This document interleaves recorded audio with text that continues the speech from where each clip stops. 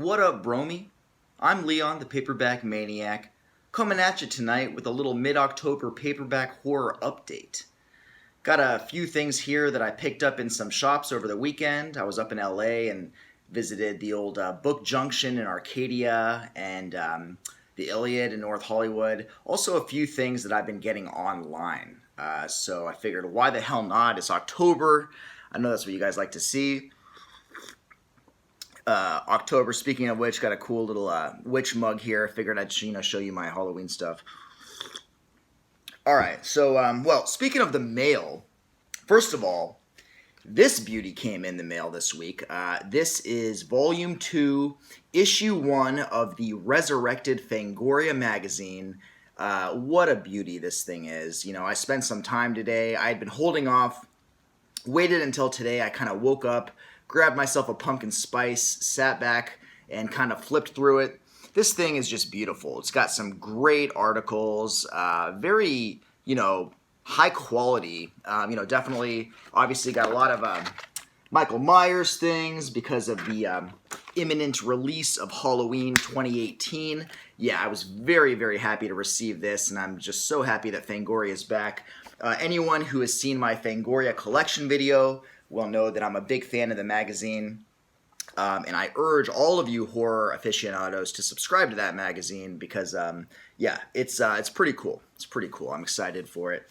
So, all right, so getting into the update, first of all, is a book that I'm really excited for, one that has been on my wish list for a long time, and that is The Festering by Guy N. Smith. This is a book that, for whatever reason, is incredibly expensive normally, and for some reason just goes for hundreds of dollars.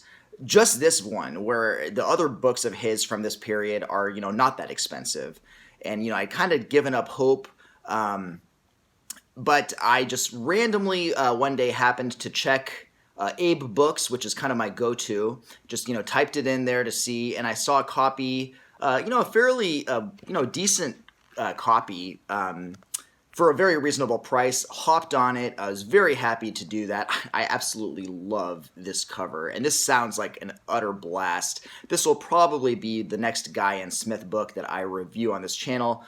Well, either this or Slime Beast, one or the other. They both look amazing. This book was put out by Arrow and published in 1989. So yeah, that was very, very, very cool to get that finally. Next up, another cool looking book here. We've got Treehouse by Victor Mullen. This one was put out by Zebra in 1989. And as you see, it has a die-cut cover, and the inner artwork there is awesome. Very, very, very cool. So, yeah, looking forward to checking that one out, of course. All right, next up, this is one that I've been curious about ever since I saw on Cameron Chaney's channel. This is Apparitions by Noel Scanlon, and it was published by Critics' Choice in 1986. So, yeah, that one definitely has a very striking cover and seems like a fun time, like all of these books, right? All right, pretty excited about this next one. I've been meaning to get this for a while. This is Headhunter by Michael Slade. This is a guy, more on the thriller side, but I've heard nothing but good things. Sean Hudson actually, I think, said that this is like one of his favorite novels. And this was published by Onyx, my favorite imprint of all time, and it came out in 1986. So yes, this is one that I'm really looking forward to. Another Onyx book I picked up, I actually found this one in a shop, and it's one that I had really not been aware of. Blood of Innocence. This is by John Arbucci, and it's one of Onyx's later releases. It came out in 1990. This is when, horror was definitely winding down, and, they call it a novel of psychological terror. It's a psychological suspense novel. It's not a horror novel, right? But we all know it's probably, well, who knows? I don't know. I haven't read it, but, yeah, it looks interesting. All right, next up, a little more straightforward horror here. Classic. We've got The Crib by Paul Kent. And this one was put out by Bantam in 1987. Okay, I love these next two covers here. Next, we've got Viper by Alan Reef. This one was put out by Diamond in 1990. And very cool artwork there. Just the colors, so vibrant. Really, just you could tell this thing must have just like stood out, when it was on the shelf. Although, probably didn't sell that well. Who knows? But looks pretty cool. I love the the poison green coloring there in the title. We got Viper, and then another one by Alan Reef. I like this one just as much, if not more. Scared to Death. And this one was put out also by Diamond in 1991, the following year. That is hilarious. I love the colors, and I just love that image. It's just, I don't know, I find that really funny. Okay, next up, we've got a book called Soul Snatchers by Michael Sicilioni. And this one was put out by Diamond also in 1992. Geez, what a difference a year makes, right? We got 1991, 1992. They really started slipping up there as the 90s wore on, as terms of just like, just cheap graphic design. But it sounds interesting. We'll see what this one's all about at some point. All right, next up we got a fantasy novel. But, thinking I need to, push my boundaries a little bit. This is Heir of Darkness, written by Glenn Rahman, and it was published by New Infinities in 1989.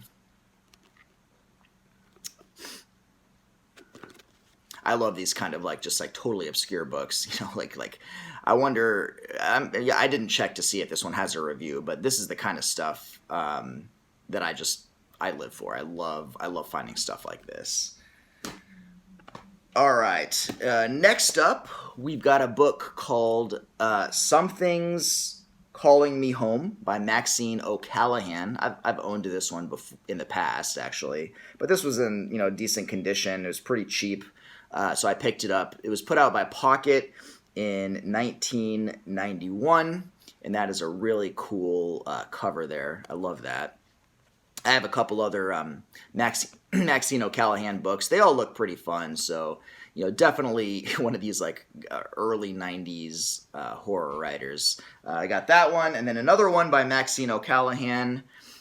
This is Dark Time, and this one was put out by Diamond in 1992.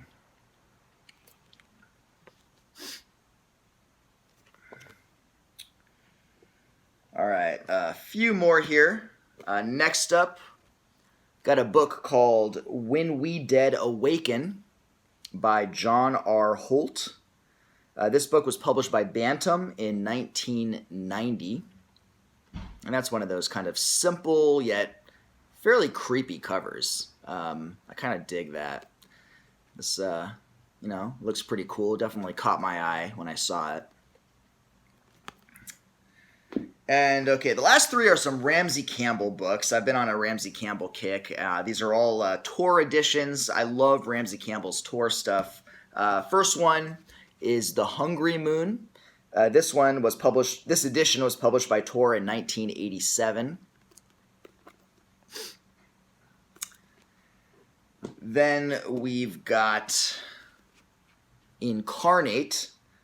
This one was put out by Tor in 1984. And that's pretty cool. And finally, we've got Midnight Sun. This edition was put out by Tor in 1992. Definitely came out a year earlier, I believe, in 1991. But I always liked that image of the window with the icicles and the hoarfrost. Very atmospheric and cool. So yeah, I'm looking forward. I haven't read any of those, but I'm definitely looking forward to getting into them. I've only read one or two Ramsey Campbell novels. I didn't like them as much as his short fiction. I read the novel about astral projection. What the hell was that one called? The Parasite, I think. It had some, definitely some cool stuff, but I think, most people would agree he's definitely, probably at his best in short fiction, but I'm very curious to check out those novels as well. So, yeah, anyway, that's going to do it. Very short update for me here. Hope you guys enjoyed watching it. Stay tuned. Keep a lookout for more book reviews this month, kind of horror themed book reviews. I also have a brand new collection video, which I'm planning on doing next weekend, something that should be pretty fun. So keep an eye out for that as well. And until then, I will see you guys. I hope you guys have a great October. Peace out.